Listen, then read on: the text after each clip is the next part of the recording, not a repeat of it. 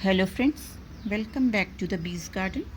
Friends, आज की video में मैं आपको अपना एक्सपीरियंस बताने जा रही हूँ कॉस्मोस फ्लावर के बारे में।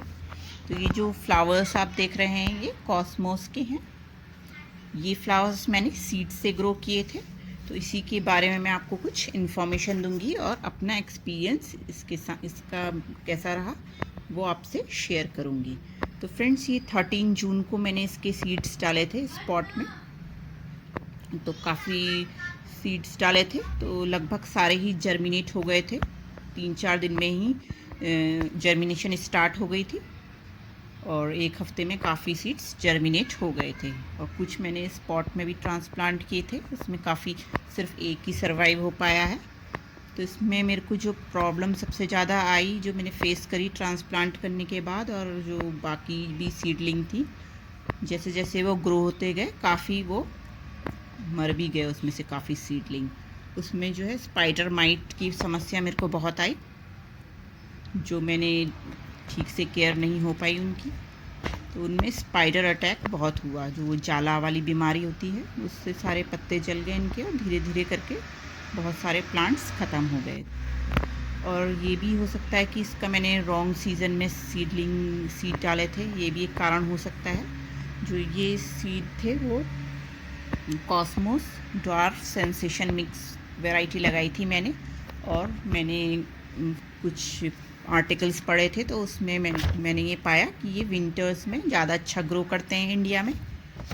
तो अब मैं इसको विंटर में दोबारा ग्रो करके देखूँगी, तो इसकी ग्रोथ तब मैं देखूँगी। ये प्लांट्स हैं वो ज़्यादा हेल्दी नहीं हैं, तो आज मैं कुछ सीड्स और ग्रो करूँगी और विंटर्स में इनकी ग्रोथ देखना चाहूँगी।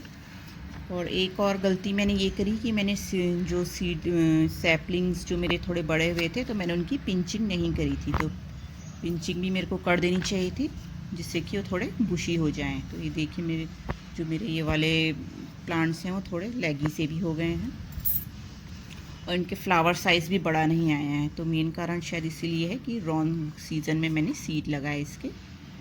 जून में लगाए थे और 2.5 मंथ में इसके फ्लावर आ गए हैं। तो ये जो ड्वार्फ वैरायटी है, इसकी एक टॉल वैरायटी भी आती है, वो काफ़ी लंबे लंबे हो जाते हैं, लेकिन बालकनी गार्डन के लिए ड्वार्फ वैराइटीज़ बेटर रहती हैं। तो ये देखिए, मैंने ये छोटे से प्लास्टिक कंटेनर में कोकोपीट भरी हुई है। कोकोपीट अच्छी रहती है जर्मिनेशन के लिए इन सीड्स के। तो इसमें मैं ये डाल देती हूँ। आपको कोई स्पेशल सीडलिंग ट्रे ख़रीदने की ज़रूरत नहीं है अपनी स्प्राउटिंग करने के लिए सीड्स की। तो इस तरह के कंटेनर्स में भी आप सीडलिंग्स अपनी बना सकते हैं। तो इस तरह से फिर गीला कर दीजिए उन्हें सीड्स को ढकने के बाद मिट्टी से, और इसको सनलाइट वाले एरिया में मैं रख दूँगी। तो मैं इसकी ग्रोथ आपसे शेयर करती रहूँगी आगे आने वाली वीडियोज़ में।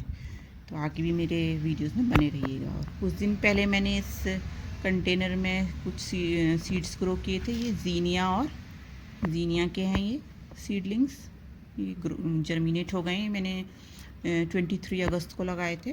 और ये वाले हैं मैरीगोल्ड के, वाइट मैरीगोल्ड के। जीनिया वैसे तो समर का प्लांट माना जाता है, लेकिन हमारे जहाँ हम ये महाराष्ट्र में रहते हैं, यहाँ ज़्यादा सर्दियाँ फॉग वगैरह नहीं पड़ता, तो सर्दियों में भी ये जीनियास चल जाएंगे। सनलाइट अच्छी रहती है विंटर्स में भी, तो अच्छे चल जाएंगे, इसलिए मैंने ये जीनिया लगाए हैं। और मैरीगोल्ड तो लगाते ही हैं हम विंटर्स में भी। तो यहाँ पे मैंने और भी अपने विंटर सीड्स डाले हैं इस वाले कंटेनर में। ये चॉकलेट का कंटेनर था। तो इस तरह आप भी बेकार जो कंटेनर्स होते हैं उनको नीचे से ड्रेनेज होल करके उसमें सीड उगा सकते हैं। आपको स्पेशली कोई सीडलिंग ट्रे ख़रीदने की कोई ज़रूरत नहीं है। तो फ्रेंड्स, आप भी अपने सीड्स ग्रो कीजिए घर में, क्योंकि आप जब खुद उगाते हैं तो आपको अपना खुद का एक्सपीरियंस होता है गार्डनिंग में। लर्निंग बाय डूइंग कंसेप्ट को अप्लाई कीजिए और आप अपने एक्सपीरियंस से भी बहुत कुछ सीख। तो फ्रेंड्स, आपको आज का वीडियो कैसा लगा मेरे को कमेंट सेक्शन में ज़रूर बताइएगा। और आपको कुछ पूछना हो इस कॉस्मोस के बारे में कुछ और, तो मेरे से कमेंट सेक्शन में पूछ सकते हैं। चलिए फिर मिलते हैं किसी और नई इन्फॉर्मेशन के साथ। तब तक के लिए बाय, टेक केयर।